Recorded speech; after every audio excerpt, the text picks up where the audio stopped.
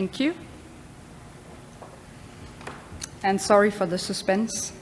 I'm here today to present the accessory approach, which is a part of my PhD studies. I'm doing this with the help of a startup's journey towards designing an engaging fall detection device. I come from design school Kolding. Here we have a craft-based long tradition, and we do practice-based research. And this is where I come from, and with a background in fashion and textiles design, and then design for health and well-being. To introduce this paper, I'm looking at the field of wearable health technology. Current wearable health technology is influenced by sport, biomechanics, and bioengineering, involving different work cultures, usually made of engineers, occupational therapists, nurses, or other carers. At Design School Kolding, we teach accessory design. So this is an opportunity to approach the field of human-computer interaction from accessory design. And these practices enables a particular framing for wearable health technology that emphasize cultural fit. So what do I mean when I say accessory design? Well, I mean objects for the body. We have daily conversations at the design school about what is an accessory specifically. Well, it ranges from jewellery to shoes to more functional objects as bags, belts, and it has all these expressive qualities. And when we talk about accessory design, we definitely talk about the body and how objects relate to both the physical body, the psychological body, and the social body. So 2 years ago, this startup came to Design School Kolding to present their product. It was a prototype, it was a fall detection alarm, and it was for care home residents. When I saw their product, I don't know what you see, but I see a coffin, which is attached to a nylon thread like the one we wear here in the conference, to be meeting the need of a care home to address the care home residents to wear a fall detection alarm 24/7. Well, this clashes with the whole cultural fit idea of my PhD project. So I saw the design startup case as a very good example in my line of experimenting of defining this accessory approach. So within wearable health technology, accessory design, cultural fit, I framed this particular approach, which is suggested to others who are designing wearable health technology for personal experience. So to contextualize, and where I look at theory for this, within HEI research, we have Professor Jane Wallace, who handed in her PhD in 2007. Wallace carries out research through design, leading to personal experiences of digital jewellery. She contributes to the HEI community with her distinctive notion of wear instead of use, as she sees the user interacts with an object because it enables or carries out a certain function, whereas the wearer is engaged in a more body-centric relationship with the object. Another person with jewellery background is Professor Kedley, who also in her PhD thesis from 2007 in the area of HEI focused on wearables and person-centered design to offer critical reflections about wearable computing as cultural and aesthetic artifacts, stating that wearables design has relational character for the wearer. And when we are looking at design for experience, or the experience of wearing health technology, Julian Orr is a person that I'm very much inspired by, and his use of ethnographic methodology to understand different design experiences. He's followed by Wright and McCarthy, other HEI members who explore ways in which to help other designers to engage with experience. When it comes to wearable health technology, I'm very much influenced by Peter Busch, who is a design researcher who framed the term wearable well-being. And if I go a little bit further back to Graham Pullum, who wrote the book Design Meets Disability, he explains the transformation of glasses and the style evolution, that going from a stigmatized object that you had to wear back in the years, to now be a fashion object that you can buy on every corner, in every color and every material. In 2017, I wrote an article together with Sarah Ketley, where we propose a humanistic approach to understand the accessory as a platform, to be seen as a dynamic modifier of relationship between the maker, the wearer, and the viewer. And then going back to SIGCHI again, Zimmerman, Felici, and Evanson are researchers who refer to design as an upfront research practice to ground, inform, and inspire product development processes. So the methodology behind this study is inspired from a study that Design School Culling are very much involved in. It's called the wardrobe study, and we use it to understand people's emotional detachment to clothing, and in my case, of course, accessories. The wardrobe study is a social way of understanding use, why we use accessories, why we use clothing. And in the accessory approach, I define an accessory to be either jewelry, a functional, or clothing technology. So I'm very much inspired by the wardrobe study. And I use it particular in this design experiment with this startup company. When I met with the startup company founder, he told me that he was about to employ 2 jewelry design interns. And I almost clapped my hands because I think he needed it very much. I asked if I could meet with his interns, and they came to Design School Culling. We had a meeting for 2.5 hours. I presented to them what I was thinking about the accessory approach and asked if they would like to help me unfold it. They wrote consent forms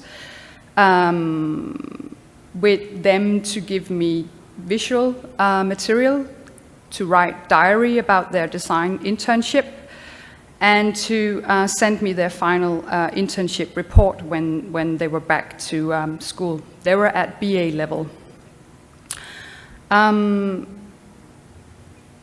these images are the empirical material I got back from the design interns. And this shows how broad these types of accessories can be looked at. We both have jewelry, we have a blouse, we have different small objects from these care home residents' home, which they showed to the design interns when they asked about their favorite accessories.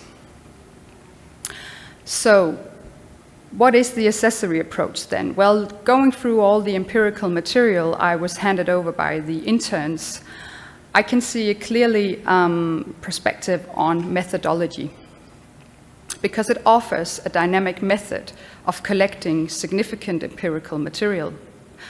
One of the interns wrote in her diary that the accessory approach provokes emotional attachments between the user and his or her favorite accessories. Another one wrote, the respondent actively interacts in the exchange of personal preferences by inviting the designer to take a glance in wardrobes, cupboards, and shrines. On the other hand, it fostered an empathic skill set. One of the interns wrote, it is an approach that establishes a sharing platform of intimate memories, relations, and rewarding stories. So to analyze all this empirical material, I'm especially driven by Sven Brinkmann's idea of stumbling experiences. Within a qualitative inquiry, Brinkmann talks about points of astonishment done to sort of stumbling experiences of what you find of interest. And of course, going through all this empirical material, the diaries, the images that the interns sent to me, their final reports, I particularly stumbled over this image to your left,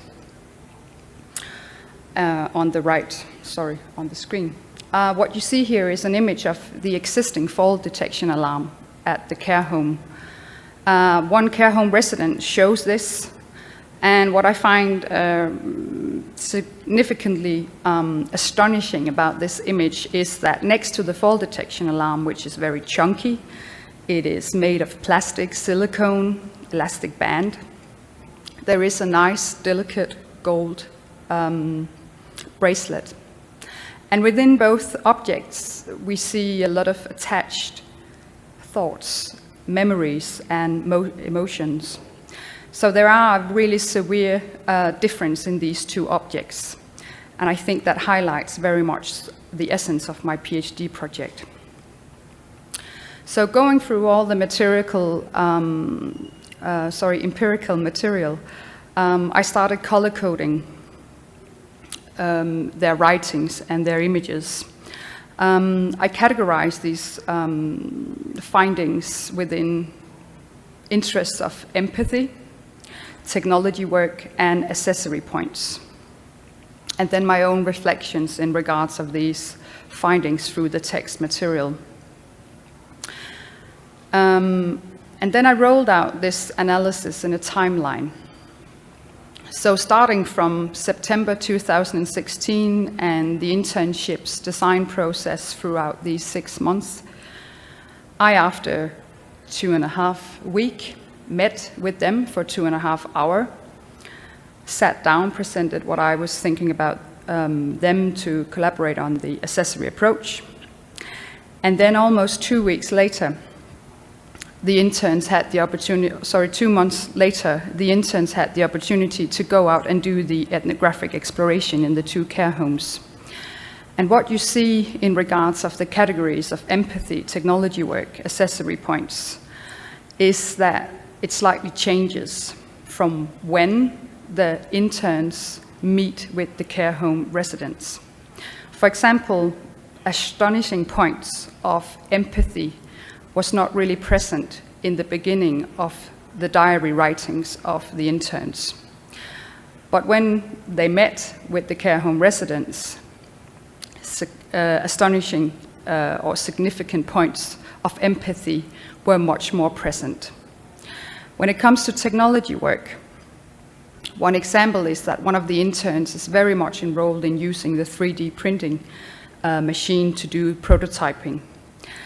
And she focuses a lot on this and has a very hard time on finding the right material, the right plastic and everything to create a second prototype. But after doing the ethnographic exploration, the technology work stops. There comes instead many more points of implementing accessory practice or jewellery design practice. And this gives a very interesting insight into these interns' design process. Going from the first prototype, the coffin-like necklace, to the sketches of a second prototype that was specifically aimed to contain all of the technology that the startup company was developing, to the last image where the jewellery design intern starts to get much more inspired by the care home residents' existing accessories. This also in the diary makes the interns reflect about how they see these care home residents. One of them puts in a line where she says, "Even though you're old, you're still vain." That was also a very astonishing point for me to understand the thinking, both for the interns, but also how could they embed and implement their jewellery design practice within this technology-based startup. Because if you looked at the startup's webpage, you can see that there were a lot of engineering, there were a lot of sales persons or marketing persons, but no with craft design background. And then these thoughts lead to the last prototype, which you can see. And it's a magnetic brooch with 16 different choices for personal preferences in the button and the front cover of the device. So the discussion here is the accessory approach indulging engagement? Well, at least it facilitates a different view on the care home residents to be persons wearing pearl instead of using a wearable fall detection device. So the finding is that the accessory approach facilitates a specific focus when doing user research. It is a way of implementing a sustainable approach towards wearables design, this due to its emphasis on materials. Put in mind what materials you use for accessory design versus wearable health technology. They are natural, they are precious, they are authentic, whereas in wearable health technology, they are made of plastic, silicone, and neoprene. It fosters multifaceted roles of the designer. This was a clear point throughout the whole analysis of the empirical material. It creates user engagement in the whole design process. So the care home residents actually felt that they had a big role in this design development and became co-designers of the fall detection alarm. And then it questions the technology-driven approach towards wearable health technology. Should we hire more jewellery designers within these companies? That's a very good question. And then it demonstrates that adorning factors is relevant in a design process of wearables. It's something we wear. How would you love to see or have others looking at you, even though you are at the care home? So the conclusion is that the accessory approach is a design approach that uses ethnographic method to practice accessory skills and materials in order to create wearable health technology that a person can identify with due to personal choice, and thereby foster an engaging relationship. Thank you.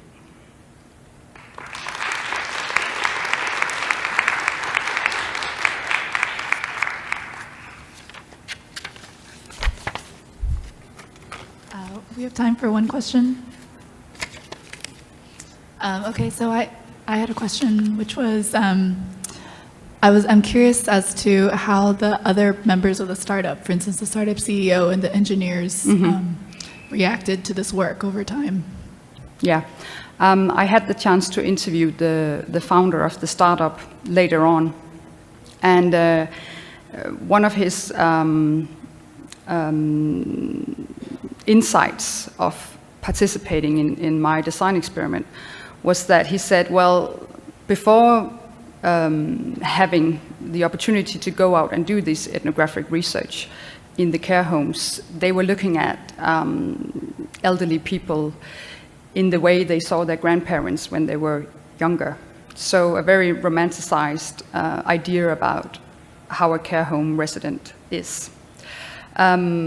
Also, he said that this definitely changed the way of implementing design within their company. So, for example, they want now, or actually they are working on a brooch aimed for men, which should, in his words, be made of stone and leather. So I think something happened. Thank you, really fascinating work. I have a little curiosity because clearly this is inside the care home and accessory generally very individual. Also, yes. You have talked about 16 different elements that you can combine, but they are all in the same range. So in the end, they're going to look very much one of the other one. I wonder if you think there could be some space for designing something that is much more personal and individual, where you can put really something of yourself, like thinking of lockets, because initially I thought that was the case. So really everyone can build their own. Yes, designer. Yeah, I think that is a very empathic thought, actually. I think that relies very much on the capabilities of the designers within the startups. Definitely the empathic skill set is necessary within that, and the patience of working together with the care home residents. Unfortunately, people being put in a care home today, in Denmark at least, are very ill, So there might be some issues there. But I definitely think that if you are co-designing, which I'm also doing in one of my other design experiments where I work with women from the age of 65 and up, you can gain a lot of interesting insights to co-design these much more personal devices, for sure. Okay, so that's all the time for this session. Thank you.